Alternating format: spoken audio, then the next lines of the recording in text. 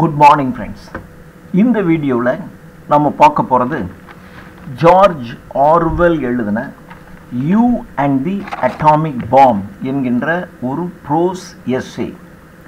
George Orwell அவருடைய life and works தனி வீடியோவாக நம்ம போட போகிறோம்.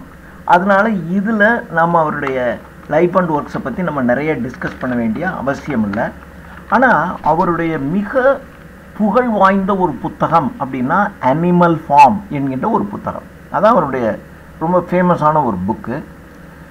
இந்த ஆர்டிக்கிள், இந்த எஸ்ஸே இரண்டாம் உலக மகா யுத்தத்தில் த லிட்டில் பாய் என்கின்ற ஒரு ஆட்டம் பாம் அமெரிக்காவினால் ஜப்பானுடைய ஹிரோஷிமா நாகசாகி என்கின்ற 2 ஊர்களின் மீது வீசப்பட்டு ஒரு மிகப்பெரிய பேரழிவை ஏற்படுத்தியது. ஸோ அதற்கு பின்னர் இந்த அட்டாமிக் பாம்பை பற்றி இவர் எழுதின ஒரு ஆர்டிக்கிள். இது ட்ரிபியூன் என்கின்ற ஒரு பத்திரிகையில் வந்த ஒரு article. Now we see the article You and the Atomic Bomb. Considering how likely we all are to be blown to pieces by it. It என்பது இந்த இடத்துல அட்டாமிக் பாமை குறிக்கிறது. இப்போது நாம்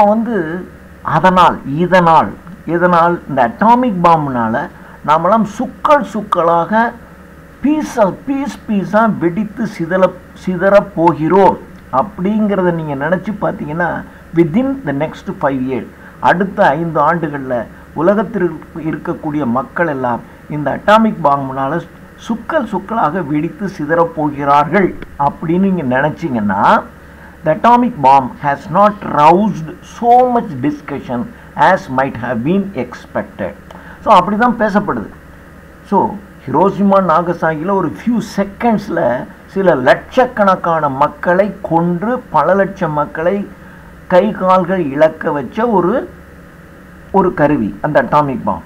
ஸோ இதை பற்றி எல்லாரும் பார்க்குறாங்க. பார்த்த உடனே அடுத்து எங்கே பார்த்தாலும் இதை பற்றின டிஸ்கஷன் தான் இருக்கும் என்று நாம் எதிர்பார்த்து கொண்டிருந்த போது அது அப்படி நடக்கலை.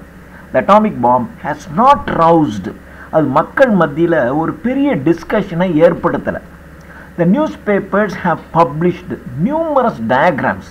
இந்த நியூஸ் பேப்பர்ஸ்லாம் பார்த்திங்கன்னா அந்த சமயத்தில் அந்த அட்டாமிக் பாம்பை பற்றின பல்வேறு விதமான டயக்ராம்ஸ் போட்டு இதனுடைய உள்பக்கம் எப்படி இருக்கும், வெளிப்பக்கம் எப்படி இருக்கும், உள்ளே என்னென்ன இருக்குது, என்ன செய்கிறது, எப்படி செயல்படுது அப்படிங்கிற மாதிரியான டிஸ்கஷன்லாம் நிறைய நியூஸ் பேப்பர்லாம் அது மாதிரி தான் வந்துச்சு. Not very helpful to the average man. இது சாதாரண மனுஷனுக்கு அது ஒன்றும் பெரிய தேவையில்லை.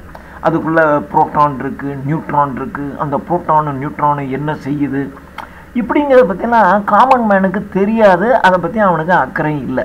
ஸோ நியூஸ் பேப்பர்ஸ்லாம் இதை பற்றி தான் protons and neutrons during their stuff இதை பற்றி தான் எழுதிக்கிட்டே இருந்தாங்களே ஒழிய அதனால சாதாரண மக்களுடைய மத்தியில் இதை பற்றிய அவ்வளவு டிஸ்கஷன் எதிர்பார்த்த அளவு நடக்கலை. Protons and neutrons during their stuff. And there has been much reiteration of the useless statement that the bomb ought to be put under international control. So அந்த சமயத்தில் திரும்ப எல்லாருனாலும் வலியுறுத்தப்பட்ட ஒரு பயனற்ற ஒன்று, இதை இந்த பாம்பை இன்டர்நேஷ்னல் கண்ட்ரோலில் வச்சுக்கணும், யாரும் இதை வெடிக்க விடக்கூடாது, இன்டர்நேஷ்னல் கண்ட்ரோலில் தான் இது இருக்கணும் என்ற ஒரு பயனற்ற ஸ்டேட்மெண்ட்டை தான் எல்லாரும் பேசிக்கிட்டு இருந்தாங்களே ஒழிய மற்றபடி இந்த அட்டாமிக் பாம்பை பற்றி ரொம்பவும் யாரும் பேசலை. இப்போ நான் ஒரு நாடு ஒரு ஆட்டம் பாம்பை செஞ்சு இந்தாங்க நீங்கள் வச்சிங்க அப்படின்னு இன்டர்நேஷ்னல் கண்ட்ரோலில் கொடுக்குமா? அதில் கொடுக்குறது தான் இவன் செய்கிறானா? இல்லையா? அப்போ இது ஒரு யூஸ்லெஸ் ஸ்டேட்மெண்ட். ஒருத்தன் இவ்வளோ செலவு பண்ணி செஞ்சு வச்சுக்கிட்டு இருக்கான், நம்ம இன்னொருத்தனை மிரட்டுவான் அல்லது தனக்கு ப்ராப்ளம் வரும்போது அவங்க மேலே போடுறதுக்கு தான் யோசிப்போம். இப்போ ஈரானுக்கும் இஸ்ரேலுக்கும் என்ன ப்ராப்ளம்? அவங்க 2 பேரும் சண்டையே கிடையாது. ஆனால் ஈரான்ங்கிறது ஒரு ஆட்டம் பாம்பை உண்டாக்கிக்கிட்டு இருக்கு.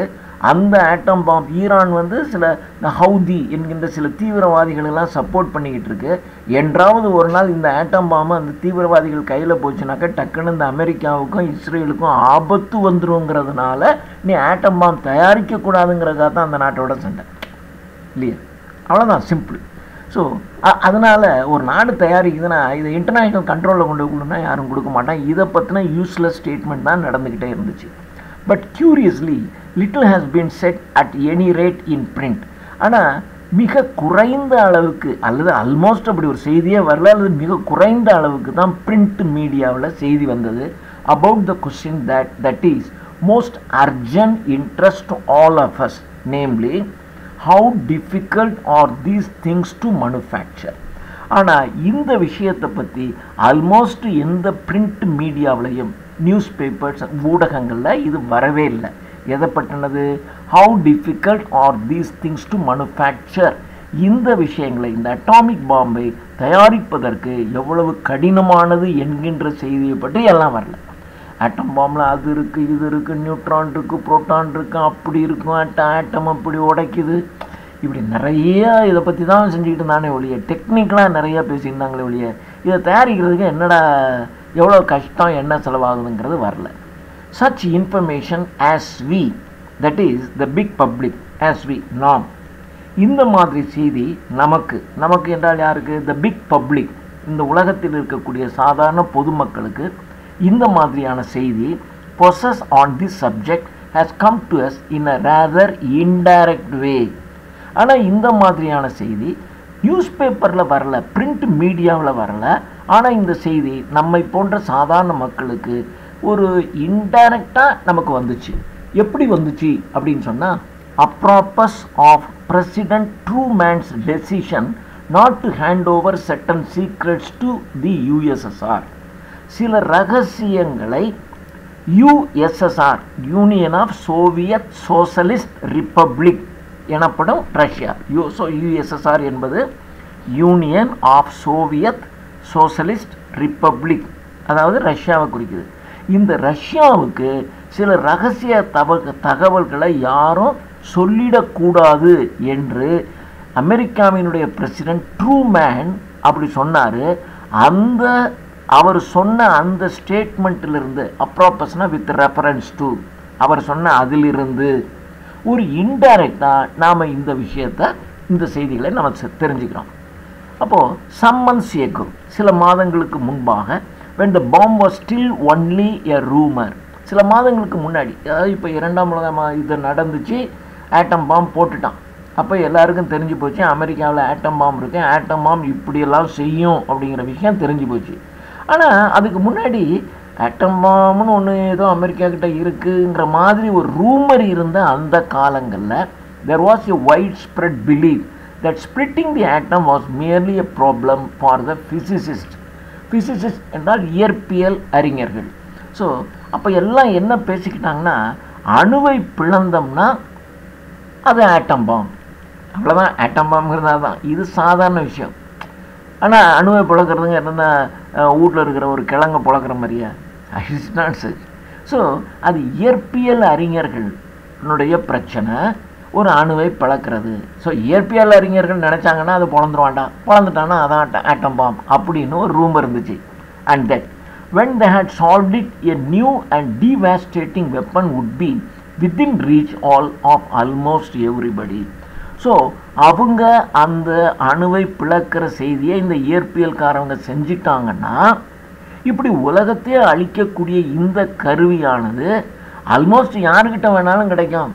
இப்போ நானும் ஒரு வச்சுக்கிட்டு ஒரு ஆட்டம் ஒன்று பிளந்துட்டாக்க உடனே வந்து இந்த தெருவையை அழிச்சு விடுவேன், ஊரையை அழிச்சு விடுவேன். அப்போ யாருக்கிட்ட வேணாலும் இந்த ஆட்டம் பாம் வந்துடும் அப்படிங்கிற மாதிரி தான் மக்கள் அந்த காலத்தில் நினச்சிக்கிட்டு தான். ஆட்டம் பாம்ங்கிறது ஒன்றும் இல்லைப்பா, அணுவை பிளக்கிறது. அணுவை பிளந்தாக்கா அபரிமிதமான ஒரு பவர் சக்தி வெளியே வருது, அந்த சக்தி தான் ஆட்டம் பாம் அப்படின்னு சொல்லிட்டான். அப்போ இந்த அணுவை பிளக்கிறதுங்கிறது யாருடைய வேலை? நம்ம உட்காந்து பிளக்க முடியாது இல்லையா? இப்போ மரத்தை பிளக்கணும் அப்படின்னா அதுக்கு மரம் வெட்டியை கூட்டிகிட்டு வரணும். அப்போ அணுவை பிளக்கணும் அப்படின்னா அது ஒரு அணு விஞ்ஞானி இருக்கணும், ஒரு இயற்பியல்வாதி இருக்கணும். அப்போ ஒரு இயற்பியல்வாதி நினச்சான்னா இதை செஞ்சுருவான். அப்போ எனக்கு ஒரு மாமா என் சொந்தக்காரன் யாரோ ஒரு இயற்பியல் விஞ்ஞானி இருக்கான்னு சொல்லிட்டு எனக்கு 2 அணு ஒன்று செஞ்சு விட்றான் அப்படின்னு சொன்னால், அவன் எனக்கு செஞ்சு இது மாதிரி நீ வச்சேன்னா பிளந்துடும் அப்படின்னு சொல்லி விட்டான்னு வச்சுங்க. அப்போ நான் என்ன பண்ணுவேன்? ஆல்மோஸ்ட் நான் எனக்கு ஃப்ரெண்டு ஒருத்தனுக்கு கொடுப்பேன், அவன் ஃப்ரெண்டு கொடுப்பான். ஆல்மோஸ்ட் எல்லாருக்கிட்டையும் இந்த ஆட்டம் பாம் வந்துடும். இப்படி தான் ஒரு ரூமர் ஒரு காலத்தில் இருந்துச்சு. At any moment so the rumour went. இப்படி தான் அந்த ரூமர் வந்து சுற்றிக்கிட்டே இருந்துச்சு. Some lonely lunatic in a laboratory might bow civilization to smithereens. So smithereen அப்படின்னா சின்ன சின்ன துண்டுகளாக அப்படி ஆகிறது தான் ஸ்மித்ரின்னு பேர். ஸோ அப்படி சொல்லிட்டு அட் எனி மூமெண்ட் எந்த நிமிஷத்துலையும் இந்த மாதிரி ரூமர் போகுது. சம் லோன்லி லுனாட்டிக்னா ஒரு லூஸு பைத்தியம். லோன்லி ஒரு தனியாக இருக்கிற ஒரு பைத்தியம், அவனுக்கு பொழுது போலன்னு வச்சுங்க, ஒரு பைத்தியம் இன்ன லெபார்ட்ரி, ஒரு லேபில் இருக்கக்கூடிய எவனாவது ஒரு விஞ்ஞானி அவன் தனியாக உட்காந்துருக்கான், அவனுக்கு இதை ஒன்று செஞ்சு போட்டு விட்டா என்ன அப்படின்னு அவனுக்கு தோணுதுன்னு வச்சுங்க, அவன் பாட்டு என்ன பண்ணிடுவான், டக்குன்னு அதை போட்டு இந்த உலக சிவிலைசேஷன் இதை சின்ன சின்ன துண்டுகளாக அடித்து ஒடிச்சிருவான். As easily as touching off a firework. எப்படி ஒரு தீபாவளிக்கு நம்ம ஃபயர் ஒர்க், இந்த பட்டாசு இவைகளெல்லாம் அப்படி கொளுத்தி போட்டால் அது வெடிக்குதோ, இது மாதிரி இந்த ஒரு லெபார்ட்ரியில் ஒரு இயற்பியல் சோதனை சாலையில் இருக்கக்கூடிய தனிமையாக இருக்கிற ஒருத்தனுக்கு கொஞ்சம் லூஸ் ஆகிட்டான்னா அவன் எதையாவது போட்டு விட்டு இந்த உலக நாகரிகத்தை அழிச்சிருவான், பின்ன சின்ன பீஸாக உடைச்சிருவான் என்று செய்திகள் பரவுச்சு. had that been true, அப்படி அது உண்மையாக இருந்தால் the whole trend of history would have been abruptly altered. The whole trend of history, இந்த வரலாறே abruptly altered, எல்லாமே தலையில மாறி போயிடும். The distinction between great states and small states would have been wiped out. அப்போ பெரிய நாடுகள் சிறிய நாடுகள் என்கின்ற வேறுபாடே கம்ப்ளீட்டாக வைப்ட் அவுட், தொடச்சி எறியப்பட்டோம். ஏன்னா ஒரு சின்ன நாட்டுக்காரன் என்ன பண்ணிடுவான்னா, அதுக்கு தான் பயப்படுறான். ஈரான் கையில் அணுகுண்டு ஈரான் தயாரிச்சிட்டான்னா அவன் எப்படி இருந்தாலும் அமெரிக்கா மேலே போட்டுருவான். இப்போ இந்த ரெட்டை கோபுரத்தை சில ஆண்டுகளுக்கு முன்பாக ரெட்டை கோபுரத்தை அடித்து உடைச்ச மாதிரி இவனுங்க திடீர்னு ஏதாவது கொண்டு ஒரு ஆட்டம் பாம்பை போட்டு விட்டுருவானுங்க அப்படிங்கிற பயத்தில் தான். அப்போ அது ஒரு பெரிய ஸ்டேட்டு. இப்போ ஈரான்கிற ஒரு சின்ன நாடுன்னு வச்சுக்கோங்களேன், ஒரு ஈரான் சின்ன நாடு, ஈரான் கம்பேரிட்டிவ்லி ஒரு பெரிய நாடு தான், ஆனால் அமெரிக்காவோட கம்பேர் பண்ணும்போது ஒரு சின்ன நாடு. அப்போது ஒரு ஈரான் நினச்சிச்சின்னா அமெரிக்காவை அடித்து தூக்கி எறிஞ்சிடும், ஒரு சிலோன் நினச்சிச்சின்னா இந்தியாவை அடித்து ஏன்னா ஒரு ஆட்டம் பாம்புங்கிறது ஒரு சாதாரண ஒரு ஃபிசிக்ஸ் லெபார்ட்டரியில் தயாரிக்கிற விஷயம்னு வந்துருச்சுன்னு வச்சுங்க. அப்படி இருந்துச்சுன்னா என்ன ஆகும், சிலோன் நினச்சான்னா ஒரு இந்தியாவை டக்குன்னு போட்டு போயிடும், போட்டு அழிச்சிட்டு போயிடும் இல்லையா, அது மாதிரி ஆகிடும். ஸோ ஒரு ஃபயர் ஒர்க் மாதிரி ஆகிடும். ஸோ அப்போ பெரிய நாடு சின்ன நாடு என்கின்ற வித்தியாசம் கம்ப்ளீட்டாக துடைத்து அழிக்கப்படும். And the power of the state over the individual would have been greatly weakened. அதனால இப்போ ஸ்டேட்டுக்கு பவர் இருக்கும், ஆனால் அந்த power of the state over the individual, தனிப்பட்ட ஒருவன் மீது அரசுக்கு இருக்கக்கூடிய அதிகாரமானது வீக் ஆகிடும். இப்போ அரசாங்கம் கையில் எல்லா அதிகாரமும் இருக்குது, அப்போது அரசாங்கத்துக்கு நம்ம பயப்படுறோம். திடீர்னு போலீஸ் வரும், நம்மளை அரெஸ்ட் பண்ணுவாங்க, உள்ளே வச்சுருவாங்க, எது வேணாலும் நம்ம பயப்படுறோம். இப்போ நமக்கு கையில் நமக்கு சொந்தக்காரன் வந்து இயற்பியல் லெபார்ட்டரியில் வச்சு ஒரு ஆட்டமாக வச்சுருக்கான்னு வச்சுங்க, ஒரு போலீஸை பிடிக்க வச்சான்னா டக்குன்னு இந்த ஊரையே அழிச்சு விட்டு போயிடலாம். அப்போது தனிப்பட்ட மனிதன் மீது ஒரு ஸ்டேட்டுக்கான பவர் ஒரு இண்டிவிஜுவல் மேலே அந்த பவர் ரொம்ப வீக் ஆகிடும். However, it appears from President Truman's remarks and various comments that have been made on them that the bomb is fantastically expensive. இதுதான் இப்போ பிரசிடென்ட் ட்ரூமேனுடைய குறிப்பில் இருந்தும் various comments that have been made on them, அந்த ட்ரூமேனுடைய செய்தி குறிப்பின் மீது பல்வேறு விதமான விமர்சனங்கள் வந்தன. அவைகளில் இருந்தும் நாம் தெரிந்து கொள்கின்ற ஒன்று என்னன்னா, த அட்டாமிக் பாம் என்பது ரொம்ப ஃபேண்டாஸ்டிக்கலி எக்ஸ்பென்சிவ், ரொம்ப ரொம்ப ரொம்ப costly, and that its manufacture demands an enormous industrial effort. இப்படிலாம் தனியாக ஒரு ஆள் உட்காந்துக்கிட்டு லேப்லலாம் உட்காந்து ஒரு ஆட்டம் பாம்லாம் தயாரிக்க முடியாது. ஒரு மிகப்பெரிய அளவுக்கு ஒரு கடுமையான முயற்சி செஞ்சு ஒரு மிகப்பெரிய தொழில் முயற்சி இருந்தால் தான் ஒரு ஆட்டம் பாம்பை தயாரிக்க முடியும். அதுவும் ரொம்ப ரொம்ப ரொம்ப costly. Such as only 3 or 4 countries in the world are capable of making. இந்த உலகத்திலேயே ஒரு 3 நாடுகள் தான் இதை செய்வதற்கு தகுதியானது. அவ்வளோ காஸ்ட்லியாக செய்ய அவங்களால தான் முடியும் அப்படிங்கிற செய்தி தெரியுது. This point is of cardinal importance. Cardinal அப்படின்னா வெரி வெரி இம்பார்ட்டன்ட், ரொம்பன்னு அர்த்தம், வெரின்னு அர்த்தம், வெரி மச். ஸோ இந்த பாயிண்ட் மிக முக்கியம். Because it may mean that the discovery of the atomic bomb so far from reversing history, வரலாறையே திருப்பி போடுகின்ற ஆற்றல் வாய்ந்த இந்த அட்டாமிக் பாம்பை டிஸ்கவரி கண்டுபிடிச்சது வில் சிம்ப்ளி இன்டென்சிஃபைனா வலியுறுத்துகிறது, அடித்து சொல்கிறது, the trends which have been apparent for a dozen years past. ஒரு 12 ஆண்டுகளுக்கு முன்பாக இருந்த நிலைமை வேற, இப்போ இருந்த நிலைமை வேற. It is a commonplace that the history of civilization is largely the history of weapons. ஒரு நாட்டினுடைய இந்த உலகத்தினுடைய நாகரிகம் என்பது ஆயுதங்களின் வரலாறு. ஆயுதங்களின் வரலாறு தான் நாகரிகங்களின் வரலாறு. அதான் ஒரு காலத்தில் பார்த்தீங்கன்னா கையால் அடிச்சுக்கிட்டான், அதுக்கப்புறம் கல் ரொம்ப ஒரு சாலிடான ஹார்டான ஒரு மெட்டீரியல்னால அதாவது குச்சி, தடி, கல் இவைகளை எடுத்து அடிச்சுக்கிட்டான். அப்புறம் அதை கொஞ்சம் ஷார்ப்பன் பண்ணிக்கிட்டான், அந்த கல்லை கூர்மைப்படுத்துறது, அந்த குச்சியை கூர்மைப்படுத்துறது, அப்படியே கொஞ்சம் கொஞ்சமாக அடுத்து அப்புறம் ஈட்டி, கத்தி, அருவா இந்த மாதிரியான வெப்பன்ஸ் வந்துச்சு. அப்புறம் துப்பாக்கி வந்துருச்சு இல்லையா? இப்போ இப்படி தான். இதுதான் ஹிஸ்ட்ரி. அந்த ஹிஸ்ட்ரி ஆஃப் சிவிலைசேஷனுங்கிறது ஒரு ஹிஸ்ட்ரி ஆஃப் வெப்பன்ஸ் தான். இன் பர்டிகுலர் குறிப்பாக சொன்னோம்னா, the connection between the discovery of gunpowder and the overthrow of feudalism by the bourgeois has been pointed out over and over again.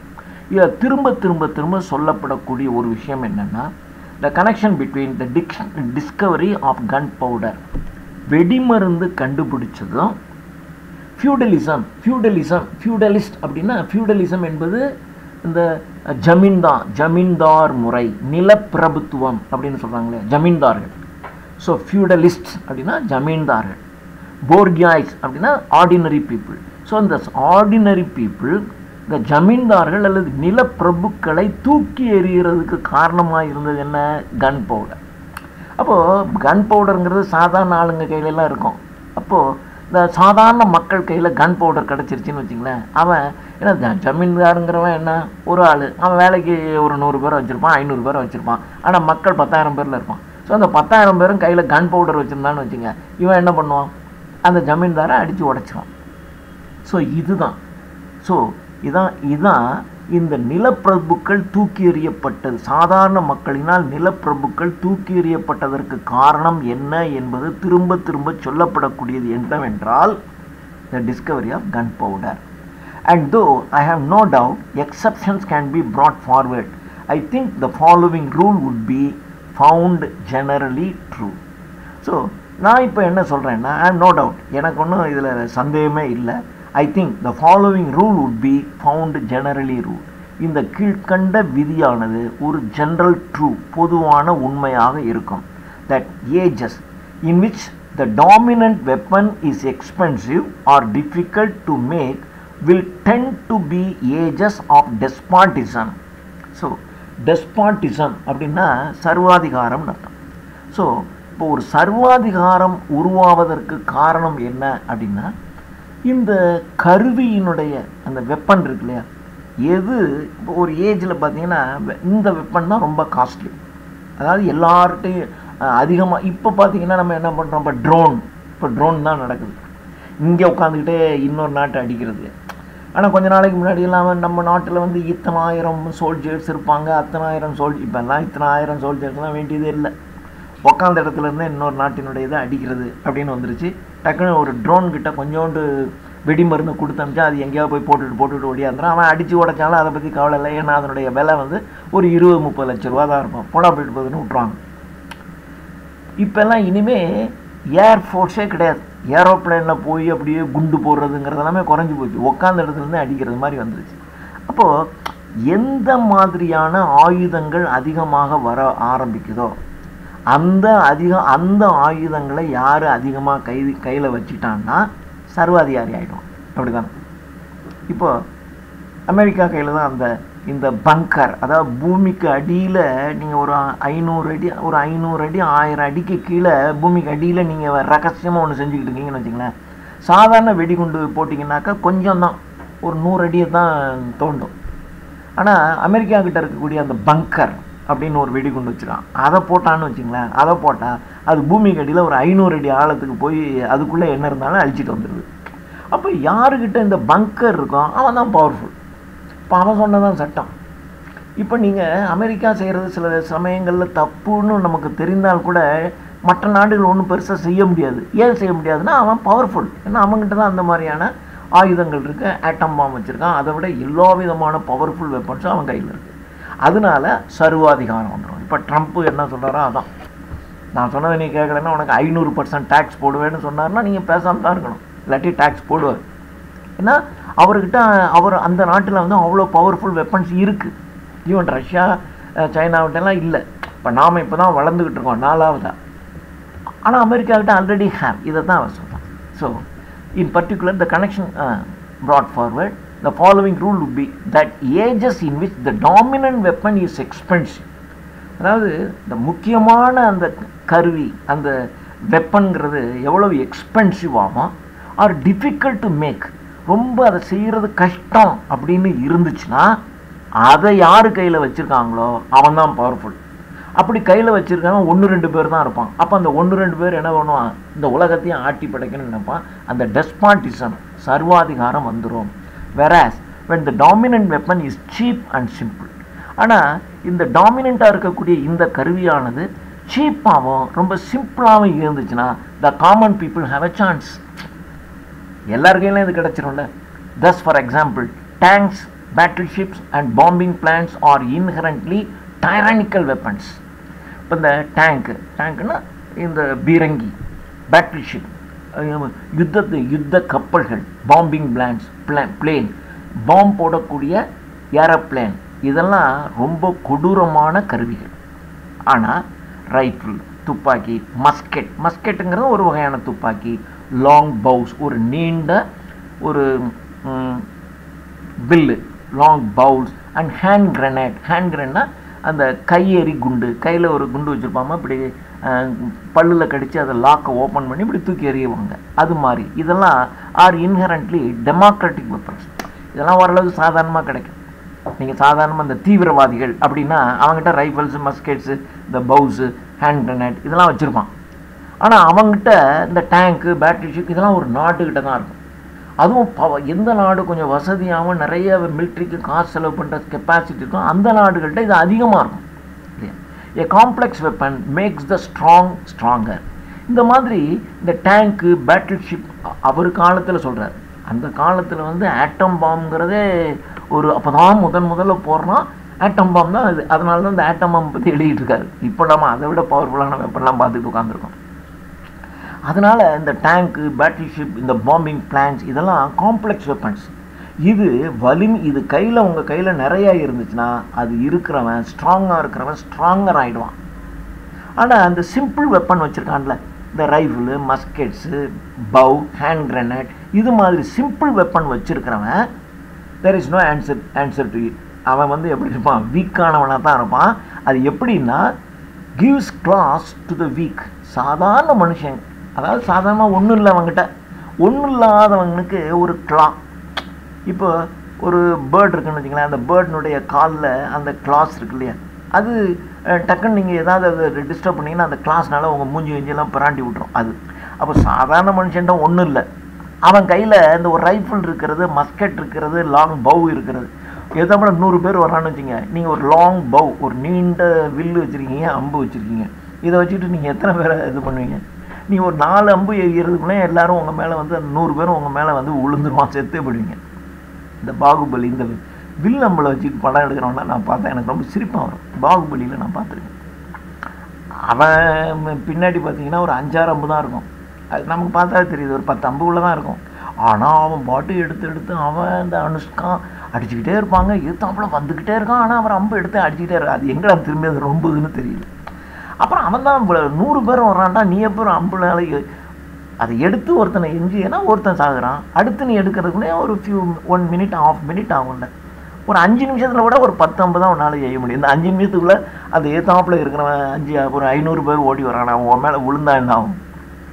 இதெல்லாம் நானே வந்து படம் பார்க்கும்போது ஒரு கற்பனை பண்ணி பார்த்தா ஒரு காமெடியாக இருக்கும். ஆனால் இவன் வீட்டில் அம்பையே வச்சு ஜெயிப்பான். ஸோ இதெல்லாம் சிம்பிள் வெப்பன். இந்த சிம்பிள் வெப்பன் எப்படி இருக்குன்னா, ஒன்றும் இல்லாதவனுக்கு ஒரு காலில் வந்து ஒரு குறிய நகம் கொடுத்த மாதிரி தான் இதெல்லாம். அதை வச்சுட்டு ஒன்றும் செய்ய முடியாது. The great age of democracy. and of national self-determination was the age of the musket and the rifle. The great age of democracy, ஜனநாயக யுகம் என்பது, the national self-determination was the age of the musket and the rifle. The age of the musket, muskeட்டுங்கிறது ஒரு வகையான துப்பாக்கி. 3 musketeers அப்படின்னு Alexander டியூமாஸ் ஒரு நாவல் எழுதியிருக்கார். ரொம்ப ஒரு இன்ட்ரெஸ்டிங்கான நாவல்னு வச்சுங்களேன். அதாவது இந்த மஸ்கெட்டுங்கிற துப்பாக்கியை பயன்படுத்துகின்ற வீரர்கள், 3 துப்பாக்கி வீரர்கள்னு வச்சுங்க அந்த தமிழில். ஸோ மஸ்கெட், மஸ்கட்டீஸ் அந்த ரைஃபிள்ங்கிறது நமக்கு தெரியும், அதுவும் துப்பாக்கி தான். ஸோ இந்த துப்பாக்கி, இந்த மஸ்கெட்டு இது வச்சிருக்கிறவன் தான் ஒரு காலத்தில் டெமோக்ரஸி இருந்துச்சு. After the invention of the flintlock, after the invention of the flintlock, flint லாக்குங்கிறது ஒரு, அதாவது சுடக்கூடிய எந்த விதமான ஆயுதமாக இருந்தாலும் அதுக்கு பேர் ஃப்ளிண்ட் லாக்ஸ்னு பேர். So any kind of fire on வெடிக்கின்ற, வெடிமருந்தை பயன்படுத்தி வெடிக்க வைக்கிற ஒரு கருவி, அதுக்கு பேர் என்ன பேர்? ஃப்ளிண்ட் லாக்னு பேர். ஸோ இந்த இது இருக்கு பாருங்க, after the invention of the flintlock, இந்த வெடிக்க வைக்கக்கூடிய இந்த பொருள், அதாவது ஒரு வெடி மருந்து, இதை வச்சு நெருப்பை பற்ற வச்சுன்னா டக்குன்னு வெடிச்சிருது. இதை கண்டுபிடிச்சதுக்கப்புறம் and before the invention of the percussion cap. Percussion cap அப்படின்னா ஒரு கொஞ்சோண்டு வெடி பொருளை, இப்போ கிட்டத்தட்ட இதை நம்ம கேப்பு, தீபாவளிக்கெலாம் கேப்பு வெடிக்கிறோம்ல, ஒரு பேப்பர், அந்த பேப்பருக்கு உள்ளுக்குள்ளே கொஞ்சோண்டு வெடி மருந்து வச்சுருக்கான். இந்த கேப்பை நீங்கள் என்ன பண்ணுறீங்க, 2 இதுக்கு இடையில வச்சு நசுக்குனீங்க அப்படின்னா டக்குன்னு வெடிக்குது. இது ஒரு சிம்பிள், இதுதான் பெர்குஷன் கேப்புன்னு பேர்.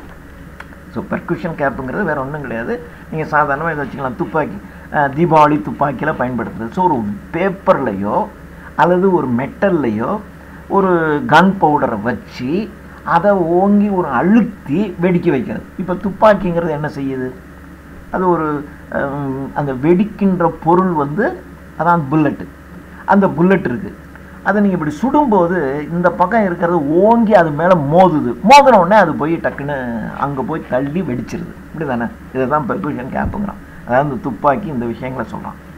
Percussion cap, the musket was a fairly efficient weapon. So இந்த ஃப்ளிண்ட் லாக், அதாவது ஒரு பேப்பர்லையோ அல்லது ஒரு மெட்டல்லையோ வெடிமருந்தை வச்சு நசுக்கி வெடிக்க வைக்கின்ற இந்த இது வந்ததுக்கப்புறம் இவைகள் தான், இந்த மஸ்கெட்டு இதெல்லாம் தான் ஒரு பெரிய efficient weapon. And at the same time so simple that it could be produced almost anywhere. அப்புறம் இதை தயாரிக்கிறது என்பது எங்கேயும் யார் வேணாலும் தயாரிச்சிருவான், அது ஈஸியாக தயாரிச்சிருவாங்க. இப்போ நீங்கள் கிராமங்களில் கூட பார்த்தீங்கன்னா நாட்டு துப்பாக்கி அப்படின்னு ஒரு கிராமத்தில் இருக்கிறவன் செஞ்சுருவான், நாட்டு துப்பாக்கின்னு அவன் செஞ்சுருவான். It's combination of qualities made possible the success of the American and French revolutions. அமெரிக்க புரட்சி, பிரெஞ்சு புரட்சி வெற்றி அடைந்ததற்கு காரணம் என்னன்னா இதுதான். ஏன்னா இப்போ புரட்சியாளர்கள் என்றவன் பிரெஞ்சு புரட்சி நடக்குது. இப்போ 14ஆம் லூயி, 15ஆம் லூயி, 16ஆம் லூயி அரசர்கள். அப்போ அந்த அரசர்கள் மேலே, அரசர்கள் அவன் நாட்டில் ஆள் இருப்பான், ஆனால் சாதாரண மக்கள் தெருவுக்கு 1000 பேரில் இருப்பான். அப்போ இவன் கையிலெல்லாம் என்ன இருக்குன்னாக்க இதெல்லாம் இந்த துப்பாக்கியெல்லாம் இருக்கும், இந்த மஸ்கெட், இந்த ரைஃபிள், இதெல்லாம் சாதாரண மக்கள் கையில் இருக்கும். அப்போ அவன் என்ன பண்ணுவான்னா, அரசாங்கத்தினுடைய போலீஸு, ஆர்மி வருதுன்னு வச்சுங்க, இவங்க வீட்டுக்குள்ளேருந்து ஜன்னல் வழியாக மேலேருந்து சுட்டுருவான். நீ தெருவில் தானே இந்த போலீஸெல்லாம் வரணும், நீ தெருவில் வரும்போது அவன் வீட்டுக்கு மேலே மாடியில் உட்காந்துக்கிட்டு துப்பாக்கி வச்சுட்டான்னா கீழே வரக்கூடிய இந்த தெருவில் நுழையிற ஆர்மியை அவன் சுட்டுருவான்ல. இப்படி தான் பிரெஞ்சு புரட்சி, அமெரிக்கன் வார் ஆஃப் இண்டிபெண்டன்ஸ்லாம் வெற்றி அடைஞ்சிச்சு. And made a popular insurrection a more serious business than it could be in our own day. So இதெல்லாம் என்ன ஆயிடுச்சுன்னா, இதுதான் ஒரு வெற்றி அடைவதற்கு காரணமாக இருந்துச்சு. So and made its combination of qualities made possible the success of the American and French Revolution and made a popular insurrection. Insurrection அப்படின்னா கிளர்ச்சி பண்ணுறது, a violent uprising, அரசாங்கத்தை எதிர்த்து கிளர்ச்சி பண்ணுறாங்க இல்லையா, அவங்களுக்கு தான் இன்சரக்ஷன் பேர். ஸோ இந்த அமெரிக்கா அண்ட் பிரெஞ்சு ரெவல்யூஷனில் இவங்க கிளர்ச்சி பண்ணாங்க. a more serious business than it could be in our own day. அந்த காலத்தில் பார்த்தீங்கன்னா சாதாரண மக்கள் கையிலெல்லாம் இந்த துப்பாக்கி இவைகளாக இருக்கும். இவெல்லாம் வந்து ரோட்டில் இறங்கி கிளர்ச்சி பண்ணாங்க, அரசாங்கத்தையே கவுத்துட்டாங்க. பிரெஞ்சு புரட்சி ஜெயிக்குது, அமெரிக்கன் வார் ஆஃப் இண்டிபெண்டன்ஸ் ஜெயிக்குது.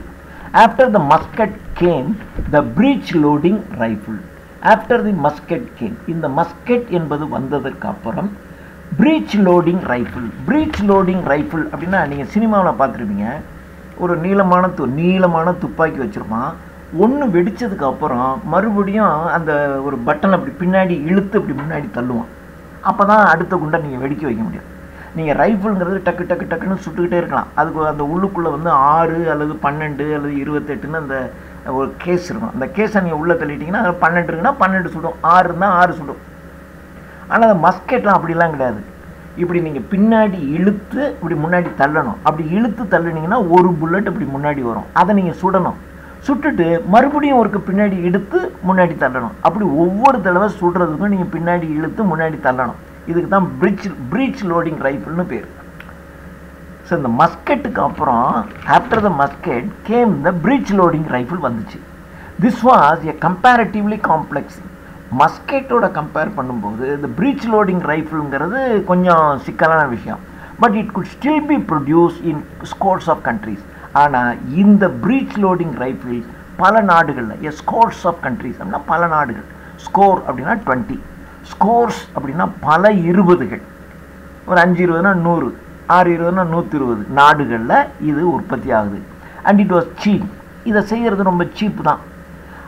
அதனால ஈஸிலி ஸ்மகிள்டு. அதனால ரொம்ப சீப்பாக இருக்கிறதுனால என்ன ஆகுதுன்னா ஒரு இடத்துலேருந்து இன்னொரு இடத்துக்கு ஈஸியாக கடத்திட்டு வந்துடும்.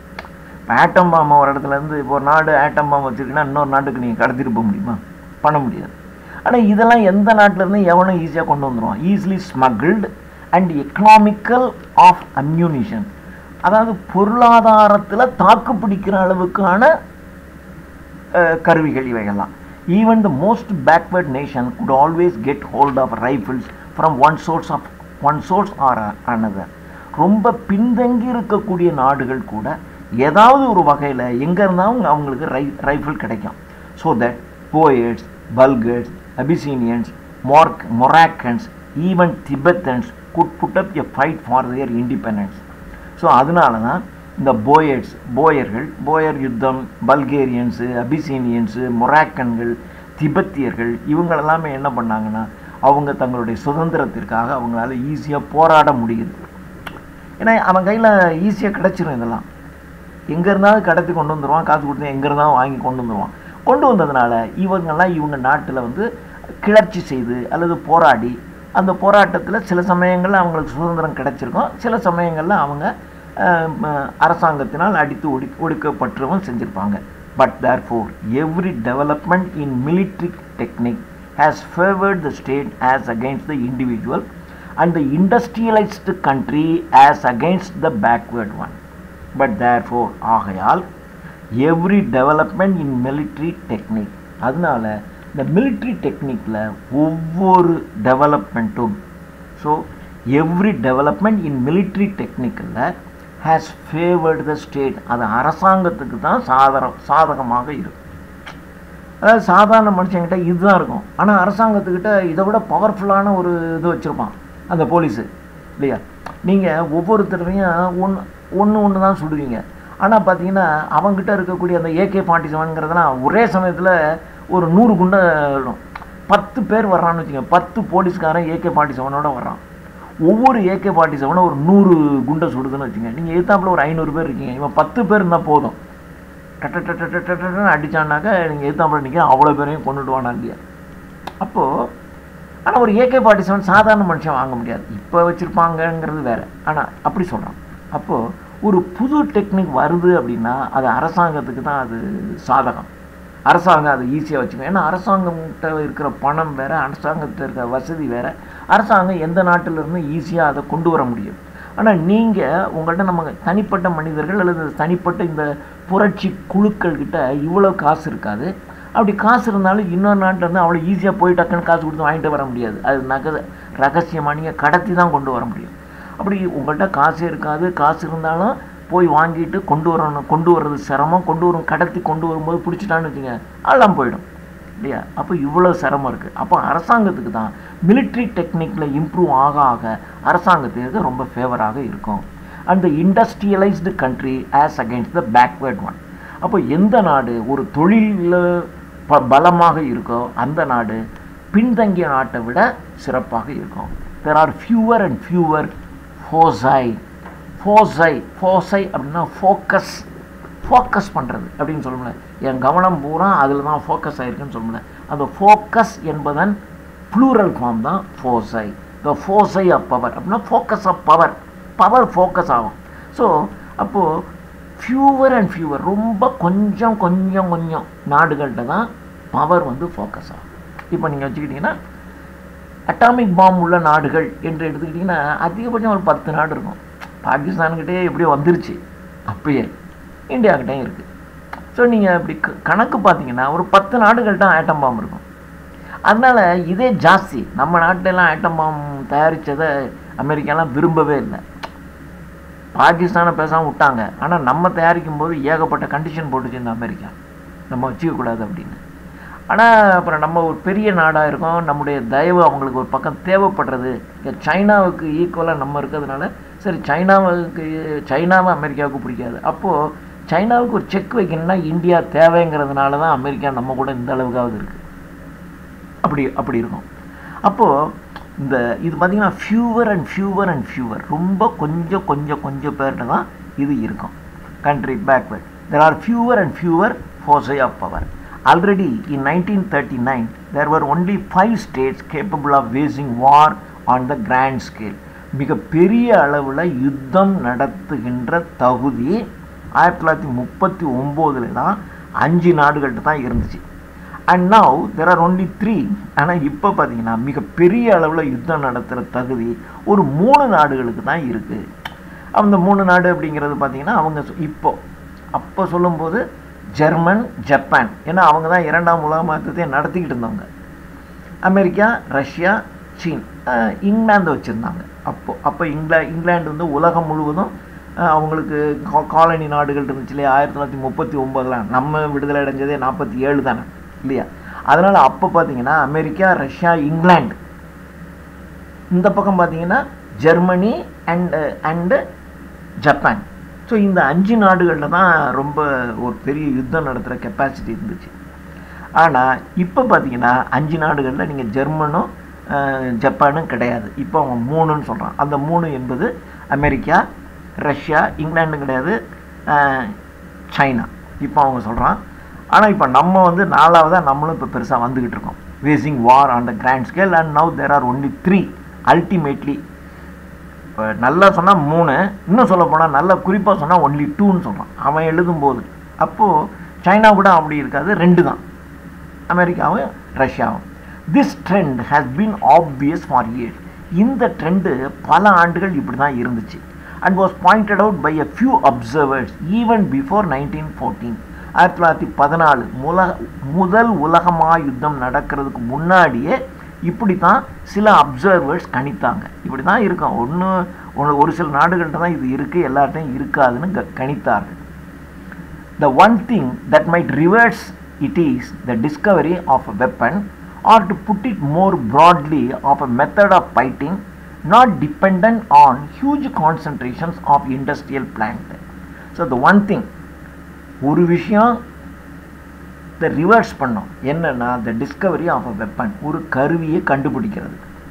or to put it more broadly, இதை இன்னும் கொஞ்சம் விரிவாக சொன்னால் the method of ஃபைட்டிங், நீங்கள் சண்டை போடுற முறை, எதை வச்சுக்கிட்டு நீங்கள் சண்டை போடுறீங்க, not depend upon huge concentrations on industrial plants. ரொம்ப இண்டஸ்ட்ரியல் பிளான்ட்ஸை வச்சுக்காமல் எதை வச்சு நீங்கள் பண்ணுறீங்க. இப்போ உள்ள நீங்கள் வார் பார்த்தீங்கன்னா ரொம்ப இன்ட்ரெஸ்டிங்காக இருக்குது. ஆளே கிடையாதுங்க இந்த இடத்துல உட்காந்து. இப்போ நம்ம இந்தியா பாகிஸ்தானோட போட்ட சண்டையை பார்த்தீங்கன்னா ரொம்ப வேடிக்கையாக இருந்துச்சு. நான் அன்றைக்கி நைட்டு பூரா கண் முழிச்சு தான் பார்த்துக்கிட்டு தான் இருந்தேன். டக்குன்னு கராச்சி அடித்தாங்க, இஸ்லாமாபாத் அடித்தாங்க, இந்த பக்கம் ஏர் உள்ளே இறங்கிடுச்சு, அந்த பக்கம் வார்ஷிப் நம்ம உள்ளே இறங்கிடுச்சு. பார்த்திங்கன்னா அந்த நைட்டுக்குள்ளேயே பாகிஸ்தானை அடித்து துவம்சம் பண்ணிட்டான். அடுத்த நாள் பார்த்திங்கன்னா அவங்க சமாதானம் பேச வந்துட்டான். அப்படி இப்போ மாறிடுச்சு எல்லாமே. From various symptoms, one can infer that the Russians do not yet possess the secret of making the atom bomb. அதான் அப்போ இவர் எஸ்ஸே எழுதுன அந்த சமயத்தில் பல சிம்டம்ஸ் இருக்குது.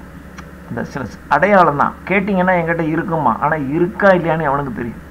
இப்போ வந்து அமெரிக்கா வந்து ஈரானில் இருக்கக்கூடிய அணு ஆயுதம் தயாரிக்கிறத நாங்கள் ஒழிச்சிட்டோன்னு இவன் சொல்கிறான். ஆனால் அவன் அப்படிலாம் இல்லை, நாங்கள் எல்லாத்தையும் முன்னாடியே பாதுகாப்பாக வேறு இடத்துல வச்சிட்டோங்கிறான். அப்போ அவங்ககிட்ட இருக்கா, தயாரிப்பானா, என்ன செய்வாங்கிறது இன்றைக்கும் ஒரு கொஸ்டின் மார்க்கில் தான் இருக்குது. அது மாதிரி தான் ரஷ்யாக்கிட்ட பல சிம்டம்ஸ் வந்து ரஷ்யாக்கிட்ட இன்னும் அணு ஆயுதம் இல்லை, அவங்களால இன்னும் ஆட்டம் பாம்பு தயாரிக்கலை அப்படிங்கிற மாதிரி தான் ஒரு ரகசியமான செய்தி. பல சிம்டம்ஸை வச்சு ரஷ்யாக்கிட்ட ஆட்டம் பாம்பு இல்லை, இன்னும் அவங்க தயாரிக்கலை என்ற செய்தி வருது. ஆன் தி அதர் ஹேண்ட், இன்னொரு பக்கம் த கன்சென்சஸ் ஆஃப் ஒப்பீனியன். கன்சென்சஸ் அப்படின்னா ஒன்றுக்கொன்று உடன்பாடாக இருக்கக்கூடிய கருத்துக்கள். seems to be that they will possess it within a few years. இப்போ அவங்ககிட்ட இல்லை, ஆனால் எல்லாரும் ஒத்துக்கிற ஒரு கருத்து என்னன்னா அவங்க ஒரு சில ஆண்டுகளில் அவங்க நிச்சயமாக ஆட்டம் பாம் தயாரிச்சிருவாங்க என்ற கருத்து உலவுது. So we have before us the prospect of 2 or 3 monstrous super state. அதனால நம்ம கண் முன்னாடி 2 அல்லது 3 மிக பிரம்மாண்டமான மான்ஸ்டர் அப்படின்னா மிக பெரிய சூப்பர் ஸ்டேட்ஸ், அந்த நாடுகள் ஒன்றுக்குள்ளே வந்துருச்சுன்னா நீங்கள் ஒன்றுமே பண்ண முடியாது, அதை எதிர்த்தெல்லாம் நீங்கள் செய்யவே முடியாது, அப்படி இருக்கும். Each possess of weapon by which millions of people can be wiped out in a few seconds. ஒரு சில வினாடிகளிலேயே லட்சக்கணக்கான மக்களை துடைத்தெறியக்கூடிய, அழித்து ஒழிக்கக்கூடிய ஆயுதங்கள் இருக்கக்கூடிய 2-3 மான்ஸ்டர் சூப்பர் ஸ்டேட்டு இருக்குது. அதுதான் டிவைடிங் த வேர்ல்டு பிட்வீன் தம். உலகத்தை அவங்க பிரிச்சுக்கிட்டு இருக்காங்க. அப்போ பார்த்தீங்கன்னா அமெரிக்கா, ரஷ்யா தான்.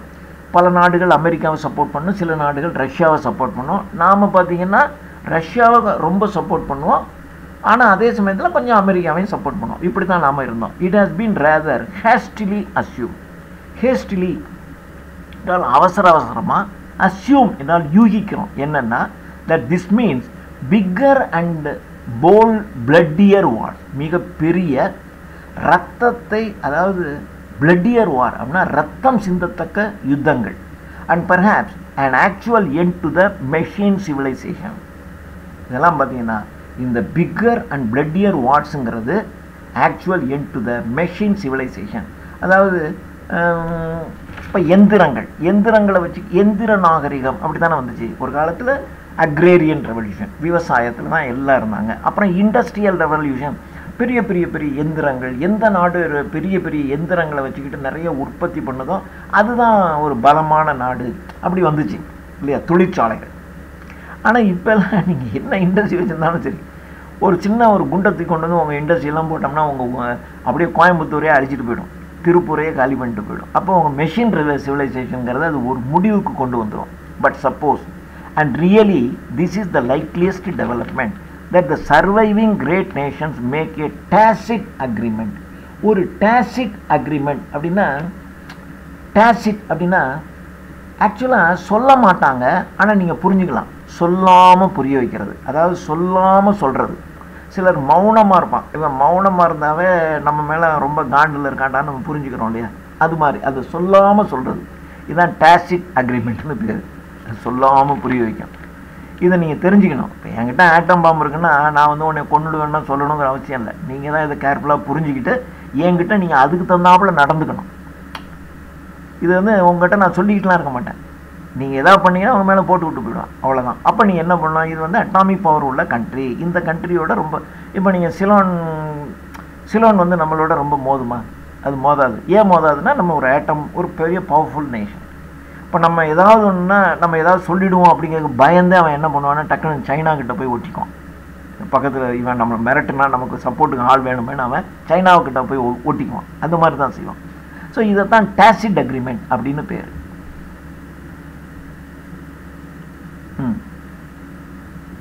இங்கே இருக்கு. But suppose and really the likely that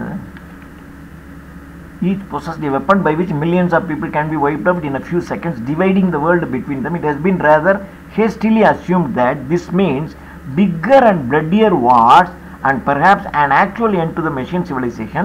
But suppose and really this is the likeliest development that the surviving great nations make a tacit agreement never to use the atomic bomb against one another. அதான் அவங்க சொல்லாமல் சொல்லிடுவாங்க. Atomic பாம்பை வந்து ஒருத்தர் மேலே ஒருத்தர் போட்டுக்க மாட்டோம். இப்போ அமெரிக்காட்ட இருக்குது, ரஷ்யாட்ட இருக்குது, இப்போ நம்மக்கிட்ட இருக்குது, பாகிஸ்தானே இருக்குது. அப்போது இது ஒரு எழுதாத அக்ரிமெண்ட் தான். நான் உன் மேலே போட மாட்டேன், நீ, ஏன்னா அவன் நம்ம மேலே போட்டால் நம்ம அவன் மேலே போட்டால் 2 நாடு அழிஞ்சு போயிடும்ல. இது எல்லாருக்கும் தெரியும். அதனால் எல்லாரும் ஆட்டமாக வச்சுருப்பாங்க. ஆனால் அது சொல்லாமல் என்ன சொல்லுவாங்கன்னா, இது ஒன்றும் எழுதிக்கல, யார் மேலேயும் என் மீது நீ போடக்கூடாதுன்னு யாரும் எந்த நாட்டிலையும் அக்ரிமெண்ட்லாம் கிடையாது. ஆனால் அது ஒரு சொல்லாத ஒரு அக்ரிமெண்ட். அதை தான் டாசிட் அக்ரிமெண்ட் அப்படின்னு சொல்கிறோம். ஸோ அதுதான் tacit agreement. Like that, the surviving great nations make a tacit agreement never to use the atomic bomb against one another. Suppose they only use it or the threat of it against people who are unable to retaliate. அப்போது suppose அவங்க அதை பயன்படுத்தினா அல்லது அதை வச்சு பயமுறுத்தினா அந்த மக்கள்னால திரும்பவும் unable to ரிட்டாலியேட்னா திருப்பி பதிலடி கொடுக்கறது, அவங்களால திருப்பி பதிலடி கொடுக்க முடியாது. அதனால in that case we are back where we were before. அதனால நீங்கள் அட்டாமிக் பாம் செஞ்சு நம்ம முன்னாடி நின்னால் கூட இதை நீங்கள் வந்து பயன்படுத்த முடியாது. அதனால நீங்கள் மீண்டும் பழைய பொசிஷன் தான் நம்மகிட்ட இருக்குது. ஆனால் நம்ம பழைய பொசிஷன் தான் இருக்கணும். the only difference being that power is concentrated in still fewer hands and that the outlook for subject peoples and oppressed classes is still more hopeless. அதனால the power is concentrated in still fewer hands. இந்த அதிகாரம் என்பது இன்னும் ஒரு சிலருடைய கையிலே மட்டுமே இருக்கிறது. அதில் வச்சு பார்த்தீங்கன்னா and outlook for subject people, சாதாரண மக்கள், oppressed class, கீழே அடிபட்டு மிதிபட்டு கொண்டிருக்கக்கூடிய மக்களினுடைய நிலைமை எல்லாம் ஸ்டில் மோர் ஹோப்லெஸ்ன்னு நம்பிக்கையற்று தான் இருக்கும். ஏன்னா இவங்க அதான் அவங்ககிட்ட எல்லாம் இருக்குது, உங்ககிட்ட ஒன்றும் இல்லை. அதில் உங்கள்கிட்ட மிஞ்சி போனால் ஒரு துப்பாக்கி இருக்கும், அவன்கிட்ட பயங்கரமான ஆயுதங்கள்லாம் இருக்குது. அப்போ இந்த அரசாங்கம் எடுத்து நீங்கள் புரட்சி பண்ண முடியாது, போராட முடியாது.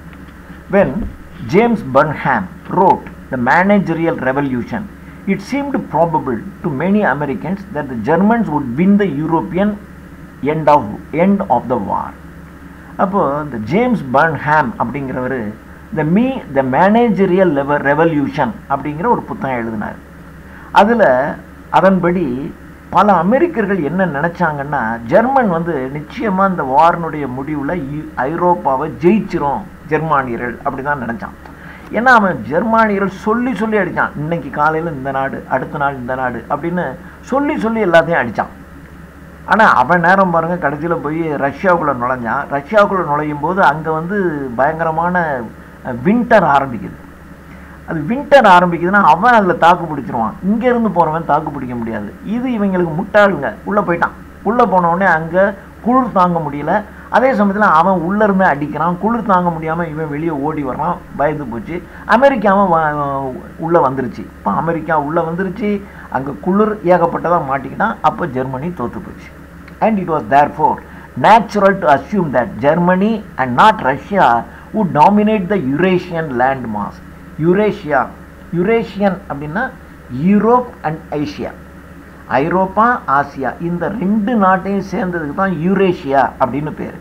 ஸோ ஜெர்மனி தான் ஜெயிக்கும், ரஷ்யாவை ஜெயிக்காது. அதனால் இந்த யூரேஷியா இருக்குது பாருங்கள், இந்த யூரேஷியாவை டாமினேட் பண்ணுறது ஜெர்மனி தான் டாமினேட் பண்ணும் அப்படின்னு டாமினேட் பண்ணோம்.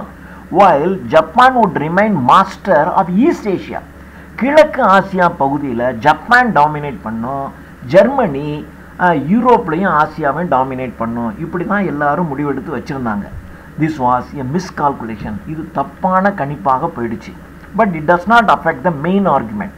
For Burnham's geographical picture of the new world has turned out to be correct. அப்போது பர்ன்ஹாம்ங்கிறவர் அவருடைய ஜியாகிரபி, இந்த உலக புவியியல் வரைபடத்தில் அவர் என்ன சொன்னாரோ அதுதான் சரி. more and more obviously the surface of the earth is being parceled off into 3 great empires. each self-contained and cut off from contact with the outer world, and each ruled under one disguise or another by a self-elected oligarchy.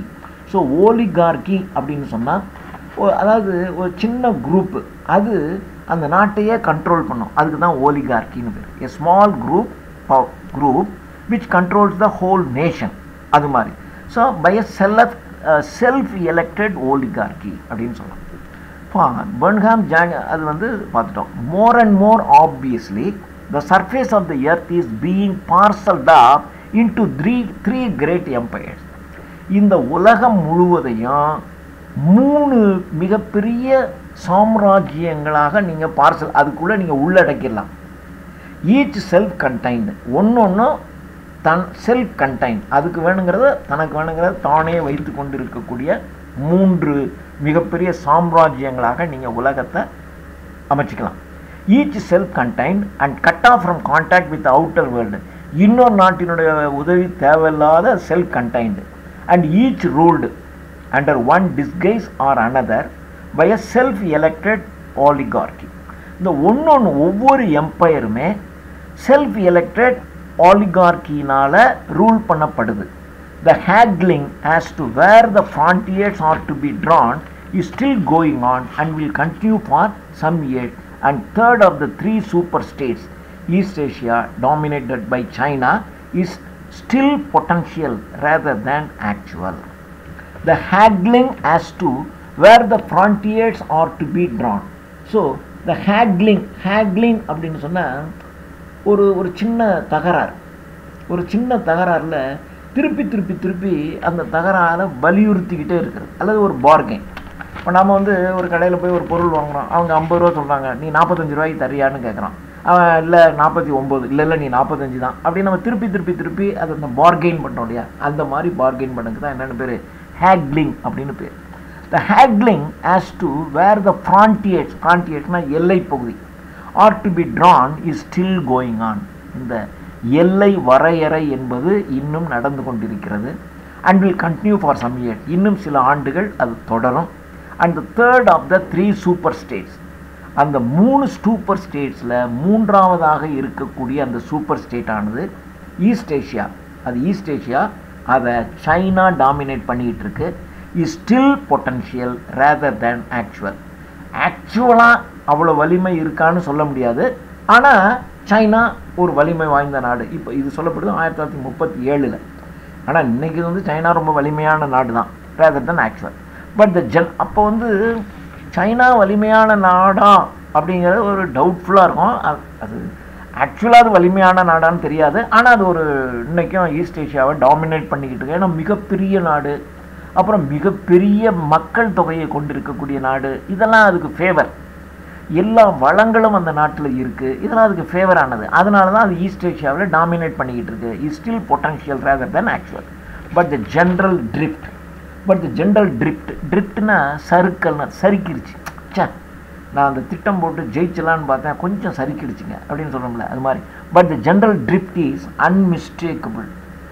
நீங்கள் தப்பே இல்லாமல் அந்த சறுக்கல்ங்கிறது every scientific discovery of recent years has accelerated it. நீங்கள் ஒவ்வொரு சமீப காலத்தில் கண்டுபிடிக்கப்படுகின்ற ஒவ்வொரு விஞ்ஞான கண்டுபிடிப்புகளும் அதை ஆக்சலரேட் பண்ணுறதுனா முடுக்கி விடுது, அதை வேகம் எடுக்க வைக்குது, அந்த நாடு முன்னேறுவதற்கு வேகம் எடுக்க வைக்குது. அதனால தான் பார்த்தீங்கன்னா நரேந்திர மோடி வந்து இப்போ என்ன செய்கிறாருன்னா, நீங்கள் புதுசாக கண்டுபிடிங்க அப்படிங்கிறதுல எல்லா யூனிவர்சிட்டிஸுக்கும் அவர் சொல்கிறது. அதை படிக்கிறவங்களுக்கெல்லாம் நீ வெறுமனம் படிக்காத, ஏதாவது கண்டுபிடி அப்படின்னு சொல்லுவாங்க. அதனால தான் பார்த்தீங்கன்னா உலகமே வியக்கிற மாதிரி நம்ம இந்த கொரோனா பீரியடில் 2 மருந்து நம்ம கண்டுபிடிச்சி நம்ம மக்களுக்கும் கொடுத்து உலகமெல்லாம் கொடுத்துட்டோம். அப்போ நீங்கள் அந்த மாதிரி நீங்கள் புதுசாக கண்டுபிடிங்க, எதையாவது கண்டுபிடிச்சிங்கன்னா அது உலகத்தில் போய் மார்க்கெட் பண்ணிடலாம். நீங்கள் வந்து யுத்த தளவாடங்கள் தான் புதுசாக கண்டுபிடிக்கணுங்கிற அவசியம் கிடையாது. நீங்கள் புதுசாக ஒன்று கண்டுபிடிச்சிட்டிங்கன்னு வச்சிங்களேன், அது உலகம் முழுவதும் நீங்கள் மார்க்கெட் பண்ணிங்கன்னா மிக கோடிக்கணக்கான படம். அப்போ அதை வச்சு நீங்கள் என்ன வேணாலும் பண்ணல. ஸோ இந்த நியூ இன்வென்ஷன், அதான் scientific discovery of recent year, சமீப காலத்தில் கண்டுபிடிக்கக்கூடிய அறிவியல் கண்டுபிடிப்புகளானது இதை வேகம் எடுக்க வைக்கிறது. We were once told, ஒரு காலத்தில் பார்த்தீங்கன்னா aeroplane had abolished frontier. Aeroplane கண்டுபிடிக்கும் போது எல்லாம் என்ன சொன்னாங்கன்னா எல்லைகள் அபாலிஷ் அழிஞ்சு போயிடும் அப்படின்னு சொன்னான். ஆனால் actually it is only since the aeroplane became a serious weapon that frontiers have become definitely impossible. ஆனால் ஏரோப்ளேன் கண்டுபிடிச்சதுக்கு அப்புறம் தான் நீங்கள் ஒரு நாட்டுக்கு பக்கமே போகவே முடியாது. அதுக்கு முன்னாடிலாம் நீங்கள் போகலாம், ஒன்றும் செய்ய மாட்டான். ஆனால் இப்போ ஏரோப்ளேன் வந்ததுக்கப்புறம் எங்கள் நாட்டு எல்லைக்கு வழியாக சொல்லிடுவான். இப்போ நீங்கள் ஈரான் என்ன பண்ணுச்சு, இந்த வார் சமயத்தில் அந்த அவங்களுடைய வான் எல்லையை மூடிட்டாங்க. இப்போ வான் எல்லையை மூடிட்டதுனால இப்போ நம்ம ஒரு நாட்டிலிருந்து நம்முடைய பேசஞ்சர்ஸ் ஈரானுடைய நாட்டின் மேலே பறந்து போக முடியாது. அப்போ என்ன பண்ணால் நீங்கள் சுற்றி பறந்து போகணும். அப்படி தான் ஆயிடுச்சு. அந்த யுத்தம் நடந்து கொண்டிருக்கும்போது இஸ்ரேல் ஈரான் அமெரிக்கா ஈரான் வார் நடக்கும்போது ஈரான் அவங்களுடைய வான் எல்லையை க்ளோஸ் பண்ணிட்டாங்க. எங்கள் வான் எல்லை க்ளோஸ் அப்படின்னா நீங்கள் எதுவும் அது மேலே பறக்கக்கூடாது, பறந்தால் சுட்டுருவான். அப்போ என்ன பண்ணணும், நீங்கள் அவன் க்ளோஸ் பண்ணிட்டான், அப்போ நீங்கள் சுற்றி தான் போகணும். அப்போது ஏரோப்ளேன் கண்டுபிடிக்கும் போது அந்த எல்லையே இருக்காதுன்னு சொன்னாங்க. ஆனால் இப்போ தான் எல்லையை கடக்கிறதுங்கிறதே ரொம்ப சிரமமான விஷயமா போச்சு. அவன் திடீர்னு ஏதோ மூடிடுவான். பாகிஸ்தான் அது மாதிரி என்ன பண்ணிடுவான்னா, நம்ம பாகிஸ்தான் வானத்தை க்ளோஸ் பண்ணிட்டான். அப்போ நம்ம ஆப்கானிஸ்தானை சுற்றி தான் நம்ம போகிற மாதிரி ஆயிடுச்சு. The radio was once expected. ஒரு காலத்தில் ரேடியோ கண்டுபிடிக்கும் போது to promise international understanding and cooperation. உலகம் முழுவதுக்கும் இந்த செய்தி போகும். அப்போ ஒருத்தர் உலகத்தோட ஈஸியாக தொடர்பு வச்சுக்கலாம் அப்படின்னு நினச்சான். ஆனால் இந்த ரேடியோங்கிறது என்ன ஆயிடுச்சு அப்படின்னு சொன்னால், it has turned out to be a means of insulating one nation from another. ஆனால் இப்போ இதன் வழியாக ஒருத்தன் தொடர்பு கொண்டு இந்த தீவிரவாதிகள் என்ன பண்ணான்னா, இந்த ரேடியோ சிக்னல்ஸ் மூலமாக அவன் தொடர்பு கொண்டு ஒரு நாட்டை அழிக்கிறதுக்கு பார்க்குறான். அப்போ என்ன பண்ணுறாங்கன்னா, குறிப்பிட்ட ஃப்ரீக்வன்சியில் வரக்கூடிய அந்த வேவ்ஸ் எல்லாம் தடுத்து நிறுத்துறது அப்படின்னு ஆயிடுச்சு. ஸோ ஒரு காலத்தில் இது உலக நாடுகளுக்கு இடையில் ஒரு பெரிய ரேப்போர்ட் நெருக்கத்தை ஏற்படுத்தும் என்று சொல்லி கொண்டிருந்தவைகளெல்லாம் இப்பொழுது தடுக்கப்படுகிறது. The atomic bomb may complete the process by robbing the exploited classes and people of all power to revolt, and at the same time putting the possessors of the bomb on a basis of military equality. So the atomic bomb என்பது may complete the process by robbing the exploited classes. exploited classனா சுரண்டப்பட்ட மக்கள், மிக சாதாரண அடித்தளத்தில் இருக்கக்கூடிய மக்களினுடைய உரிமையை அது சுரண்டிடுச்சு. and people of all power to revolt. சாதாரண மக்கள் புரட்சி செய்யக்கூடிய, அரசாங்கத்துக்கு எதிராக புரட்சி பண்ணக்கூடிய அந்த பவர் உள்ள மக்களை அதை அடித்து ஒழிச்சிருச்சு. ஏன்னா அரசாங்கத்துக்கிட்ட பவர்ஃபுல் வெப்பன்ஸ் இருக்குது, நீங்கள் அப்படிலாம் பண்ண முடியாது. And at the same time putting the possessors of the bomb. ஆனால் அதே சமயத்தில் பாம் கையில் இருக்கக்கூடிய த பொசஸர்ஸ் ஆஃப் த பாம் அப்படின்னா பாம்பை கையில் வைத்திருக்கக்கூடிய அவர்கள் on the basis of military equality. இப்போ என்கிட்டையும் என்கிட்ட இருக்குது பாம்பு இருக்குது, ரஷ்யாக்கிட்டையும் பாம்பு இருக்குது. அப்போ நம்மலாம் military equal. unable to conquer one another, they are likely to continue ruling the world between them. அதனால் இப்போ என்கிட்டையும் பாம்பு இருக்குது, அவன்கிட்டையும் பாம்பு இருக்குது. இப்போ நான் அவன் மேலே போட முடியாது, அவன் என் மேலே போட முடியாது. அப்போ நம்ம என்ன பண்ணுவோம்னா, சரி நம்ம 2 பேரும் சேர்ந்து இந்த உலகத்தை ஆட்சி செய்வோம். அப்போ யாருக்கிட்ட இந்த ஆட்டம் பாம்பு இருக்கோ அவங்க ஒன்றாக சேர்ந்து இந்த உலகத்தை பூரா அவன் கண்ட்ரோல் வச்சுக்கிட்டு ஆட்சி செய்வோம். unable to conquer one another. ஒருத்தனா இன்னொருத்தன் வெற்றி அடைய முடியாது. So they are likely to continue ruling the world. அதனால் அவங்க தொடர்ந்து இந்த உலகத்தை பிட்வீன் தெம் அவர்கள் இருவரும் பகிர்ந்து கொண்டு இந்த உலகத்தை ஆட்சி செய்கிறார்கள். And it is difficult to see how the balance can be upset except by slow and unpredictable demographic changes. அதனால் இந்த புவி டெமோகிராஃபிக் அப்படின்னா இந்த புவி எல்லை இருக்கு இல்லையா, அந்த புவி எல்லையில் ஒரு பெரிய மாற்றம் இருக்காது. அவனாக இருப்பான், இவனாக இருப்பான். இவங்க 2 பேரும் சேர்ந்து உலகத்தை ஆட்சி செஞ்சுக்கிட்டு இருப்பாங்க, அவ்வளோதான். நீங்கள் ஒருத்தனுக்கு சப்போர்ட் பண்ணிங்கன்னா அவன் இன்னொருத்தனுக்கு சப்போர்ட் பண்ணுவான். அப்போது நீங்கள் யாரும் எதுவும் பண்ண முடியாது. அப்படி இருக்கிற இடத்துலேருந்து அப்படியே நடக்கும்.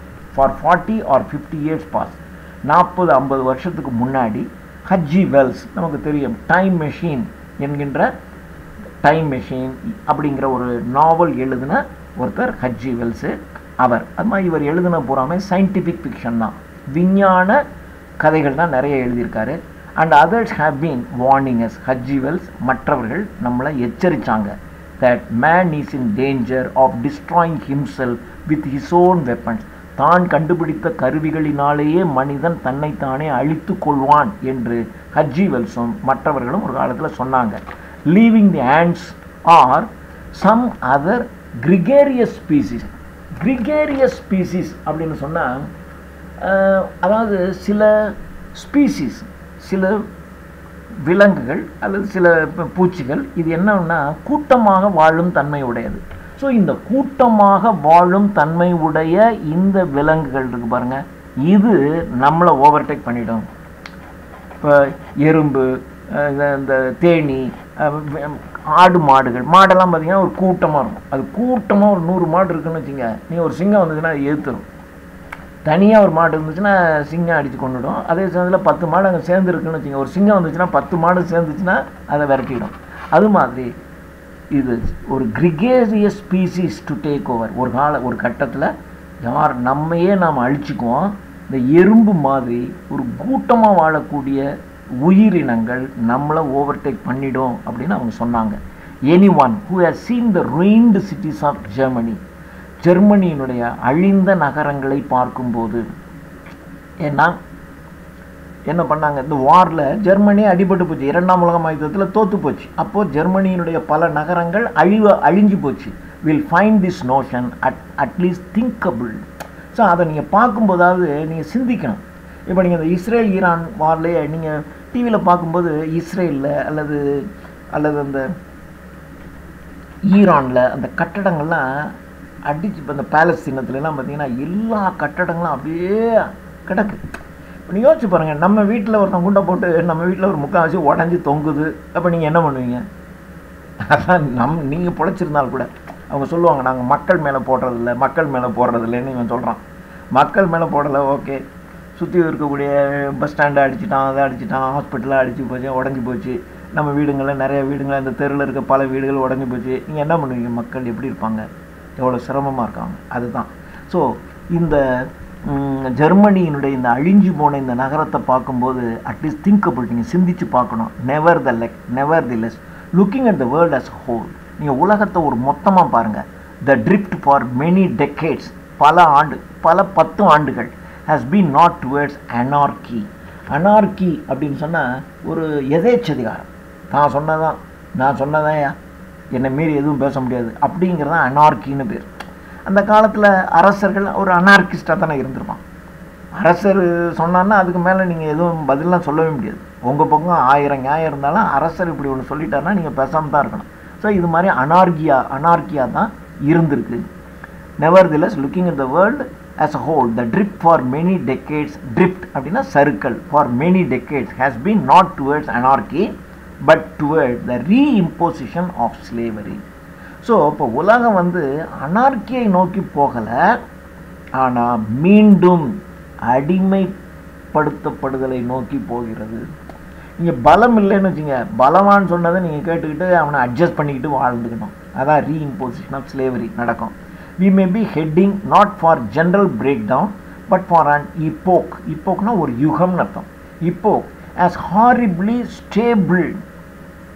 அதாவது இப்போ நீங்கள் உலகம் ஸ்டேபிளாக இருக்குது. as the slave empires of antiquity.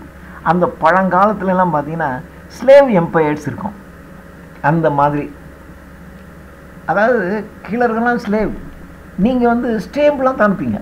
அந்த அரசு ஸ்டேபிளாக இருக்கும். ஏன்னா கீழே இருக்கிறவங்கலாம் வாயில் நீங்கள் எதுவும் கேட்கவே முடியாது. அப்போது அந்த ஸ்லேவரியை தான் ரீஇம்போஸ் திரும்பவும் கொண்டு வருது. So we may be heading not for general breakdown but for an epoch as horribly stable as the slave empires of antiquity. James Burnham's theory has been much discussed.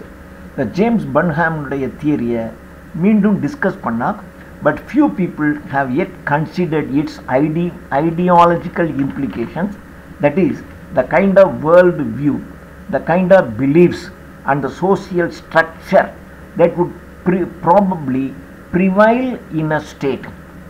So, the James Burnham இந்த தியரியை இப்போ நீங்கள் discuss பண்ணலாம். இதன்படி few people have yet considered as ideological implication, that is, the kind of world view, அதாவது உலகத்தின் பார்வை எந்த வகையாக இருக்கு. the kind of belief, அந்த உலகத்தினுடைய நம்பிக்கை என்னவா இருக்கு, and the social structure that would probably prevail in a state. ஒரு ஸ்டேட்னா இந்த இடத்துல ஒரு நாட்டில் அந்த சோஷியல் சமூக அமைப்பு எப்படி இருக்கு, which was at once unconquerable, ஒரு காலத்தில் வெற்றி அடைய முடியாததாக இருந்துச்சு, and in a permanent state of cold war with its neighbors. Which was once unconquerable and in a permanent state of cold war. ஒரு பெரிய யுத்தம் வந்துச்சுன்னா வெற்றி அடைய முடியாத நாடாக இருந்த ஒரு நாடுகளெல்லாம் இப்போ எப்படி இருக்கு, அப்படி பண்ண முடியாது. Had the atomic bomb turned out to be something as cheap and easily manufactured as a bicycle or an alarm clock, it might well have plunged us back into barbarism. இப்போது அட்டாமிக் பாம்பு பயன்படுத்துறது ரொம்ப சீப்பாக இருக்குது, ஒரு சைக்கிளை போல், ஒரு alarm வைக்கின்ற கடிகாரத்தை போல் அவள் ரொம்ப சீப்பாக ஒரு அட்டாமிக் பாம்பை தயாரிக்க முடியும் அப்படின்னா இந்த உலகமானது மீண்டும் பார்பேரிசம்னா காட்டு மிராண்டித்தனம்னு பேர், ஒரு காட்டு மிராண்டித்தனத்தை நோக்கி போயிடும். அப்படின்னா என்ன அர்த்தம், மக்கள்கிட்ட எல்லாம் அழிஞ்சு போயிடும். இப்போ மீண்டும் சாதாரண மனிதர்கள் அந்த காட்டுவாசிகளாக எப்படி நம்ம இருக்கணும் அது மாதிரி மீண்டும் காட்டுவாசிகள் மாதிரி தான் நம்ம வாழ ஆரம்பிப்போம். But it might on the other hand have meant the end of national sovereignty and of the highly centralized police state. ஆனால் அப்படி ஆகாது, அப்படி இல்லாமல், அதாவது ஈஸியாக எல்லார் கையிலையும் தயாரித்து கிடைக்கிற மாதிரி இருந்தால் நம்ம பார்பேரிசத்துக்கு போயிடுவோம். ஆனால் இப்போ அப்படி இல்லைல்ல, ஒரு ஆட்டம் பாம்புங்கிற அவ்வளோ எளிதாக தயாரிக்க முடியாதுல்ல. அதனால இது எப்படி இருக்குன்னா ஒவ்வொருத்தரும் அவனுடைய நேஷ்னல் சவரினிட்டி, அந்த ஒரு தேசத்தினுடைய அந்த உரிமையை எல்லாரும் மதித்து ஒரு ஹைலி சென்ட்ரலைஸ்டு போலீஸ் ஸ்டேட்டாக வச்சுக்கோம். அதுதான் யுஎன்ஓ மாதிரி ஐநா சபை. ஆனால் இப்போது சொன்னால் பெரிய பவர்ஃபுல்லாக இருக்க நாடு கேட்க மாட்டாங்க, அது வேறு. ஆனால் ஐநா சபை எதுக்காக வச்சாங்க, எல்லாரும் காமனாக ஒன்றை வச்சுக்கிட்டு அது என்ன சொல்லுதோ அதை கேட்கணும், அப்படி தான் வச்சாங்க இல்லையா. அது மாதிரி ஒரு ஹைலி சென்ட்ரலைஸ்டு போலீஸ் ஸ்டேட்டை வச்சுக்கிட்டு அவங்க சொல்கிறபடி எல்லாரும் அவங்கவுங்களுடைய தேசியத்தை இழக்காமல் நடந்துக்கணும், அப்படி தான் வச்சாங்க. If as seems to be the case, it is a rare and costly object as difficult to produce as a battleship. ஆனால் ஒரு யுத்த கப்பல் மாதிரி ரொம்ப ரேராகவும் ரொம்ப காஸ்ட்லியான விஷயம். இப்போ யுத்த கப்பலுங்கிறது எல்லா நாட்டிலையும் இருக்காது. இப்போ நம்ம நாடு வச்சுருக்கோம், நம்மளே தயாரிக்க ஆரம்பிச்சிட்டோம். விக்ராந்த் போன்ற பேட்டில்ஷிப்லாம் நாமே இப்போ 10 வருஷமாக நாமே தயாரிக்கிறோம். இப்போ நம்ம நாட்டிலேயே தயாரித்து நிறைய கப்பல்கள் இருக்குது. It is likelier to put and end to large scale wars. So இது மாதிரி இருக்கிறது ஒரு மிகப்பெரிய யுத்தத்தை வர விடாது. ஏன்னா இப்போ நம்மக்கிட்டையும் வார்ஷிப் இருக்குது, சைனாக்கிட்டேயும் வார்ஷிப் இருக்குது, ரஷ்யாக்கிட்டேயும் வார்ஷிப் இருக்குது, மற்ற நாட்டில் இல்லை. இப்போ ஈரான், இஸ்ரேல் இவங்ககிட்ட அது கிடையாது, அமெரிக்கா கிட்ட இருக்குது. இப்போ இந்த மாதிரி ஒரு 5-6 நாடுங்கள்கிட்ட தான் இந்த வார்ஷிப்ஸ் இருக்கும், ஆட்டம் பாம்ஸ் இருக்கும், இவங்க தான் இருக்கும். இவங்களும் ஒருத்தன் மேலே ஒருத்தன் போட்டுக்க மாட்டான், அவனும் ஜாக்கிரதையாக தான் இருப்பான். நம்மளை மிரட்டுவான், கத்துவான், சத்தம் போடுவான், ஆனால் டக்குன்னு செஞ்சிட மாட்டான். ஸோ அதனால் லார்ஜ் ஸ்கேல் வார் வராது at the cost of prolonging. ஆனால் ப்ரொலாங் அப்படியே இழுத்துக்கிட்டே இன்டெஃபினட்லி எ பீஸ், ஒரு அமைதியை கொண்டு வந்துடுவாங்க. ஒரு அமைதி இருக்கும், ஆனால் சொல்லலாம் peace that is no peace. அமைதி இருக்கும், அமைதி இல்லாத ஒரு அமைதி. அதாவது அரசாங்கம் என்ன சொன்னாலும், அந்த வலிமையான அரசாங்கம் என்ன, இப்போ ட்ரம்ப் என்ன சொன்னாலும் அது தப்புன்னு உங்களுக்கு தெரிஞ்சாலும் நீங்கள் ஒன்றும் சொல்ல முடியாது. அதுக்காக ட்ரம்ப் வந்து உங்கள் மேலே அணுகுண்டுலாம் போட்டுற மாட்டார். நம்மளும் அவன் மேலே எதையும் பண்ண முடியாது, அவனும் நம்ம எதையும் போட முடியாது. ஆனால் சண்டைலாம் வராது, ஆனால் அமைதியாக தான் இருக்கும். ஆனால் எரிச்சலாக இருக்கும், ராஸ்கல் என்ன அப்படி போட்டுக்கிட்டு இருக்கான், என்ன அப்படி பண்ணுறான் அப்படின்னு நமக்கு கோவம் வரும். ஆனால் நீங்கள் ஒன்றும் பண்ண முடியாது. ஸோ அதான் அவன் சொல்கிறான், peace that is no peace. அமைதி இல்லாத ஆனால் அமைதியாக இருக்கும். எந்த நாடுக்கும் எங்கேயும் பிரச்சனை வராது. ஆனால் இப்போ நிறையா வந்துக்கிட்டே இருக்குது இல்லையா. இப்போ வேர்ல்டில் 4 இடங்களில் இந்த கடந்த 2-3 மாதத்தில் பார்த்திங்கன்னா 4 இடத்துல சண்டை நடக்குது. ஒரு பக்கம் இந்த ரஷ்யா அந்த நாடு, இந்த பக்கம் பார்த்திங்கன்னா Israel Iran, America Iran, India Pakistan, ஒரே சமயத்தில் 4 வார் இந்த உலகத்தில் நடந்துக்கிட்டே இருக்குது. ஆனால் நடந்தாலும் பார்த்திங்கன்னா ஜாக்கிரதையாக ஒருத்தன் கேர்ஃபுல்லாக பின் வாங்கிக்கிறாங்கல்ல. இப்போ நம்ம சண்டை போடுறோம், நம்மகிட்டே ஆட்டம் பாம்பு இருக்குது, பாகிஸ்தான்லேயும் ஆட்டம் பாம்பு இருக்குது. ஆனால் நம்ம என்ன பண்ணோம், நம்ம அடிக்க ஆரம்பித்த உடனே அதுவும் அவன்கிட்ட அவன் ஆட்டம் பாம்பு இருக்கிற இடமா பார்த்து நம்ம அடித்த உடனே டக்குன்னு அவனும் யோசிக்கிறான். டகான்னு நிறுத்திக்கிட்டு இல்லை நம்ம சமாதானமாக போயிடுவோன்னு அவனும் சொன்னால் நாமளும் ஓகேன்னு சொல்லிட்டோம். இல்லை நான் அடிப்பேன் அப்படின்னா சொல்லக்கூடாது, சொல்லலை. ஏன்னா சொல்ல முடியாது. திடீர்னு அவன் போட்டு ஆட்டம் பாம்பு போட்டு உங்கள் ஒரு பாம்பே டெல்லி மாதிரி ஒரு இடத்துல போட்டு விட்டான்னு வச்சுங்க, என்ன ஆகும்? நீங்கள் திரும்பியும் பாகிஸ்தான் முழுசாக நம்ம அழிச்சிருவோங்கிறது உண்மையாக இருந்தால் கூட உங்களுடைய டெல்லி அல்லது பாம்பே சுத்தமாக காலி ஆகிடும்ல. அங்கே இருக்கக்கூடிய லட்சக்கணக்கான மக்கள் அழிஞ்சு தானே போவாங்க. அப்போ நாமளும் என்ன பண்ணுறோன்னா அவனும் சமாதானம், டக்குன்னு நாமளும் சமாதானம். அப்போ பீஸ் வந்துருச்சு. ஆனால் இது peace without peace, peace that is no peace என்று சொல்லி ரொம்ப அருமையாக முடித்திருக்கிறார். தேங்க்யூ.